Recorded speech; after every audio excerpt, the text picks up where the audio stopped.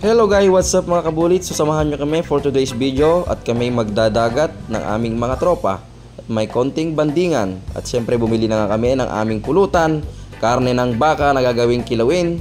At syempre hindi mawawala ang ating alak, Alfonso Light, sponsored by Baka Naman. At syempre dito na tayo sa Ballesteros Beach and Boulevard kung saan kami dito magbabanding. Dito na nga kami ngayon at nagmumuni-muni muna kami habang hinihintay ang mga ibang tropa at ang agagang pumalaot ang ating mga mangingisda dito sa Ballesteros upang manguha ng isda. Prepare na din natin ang ating pulutan at dahil wala kaming kabaon-baon ay naisipan kong kumuha na lang ng tubig sa dagat.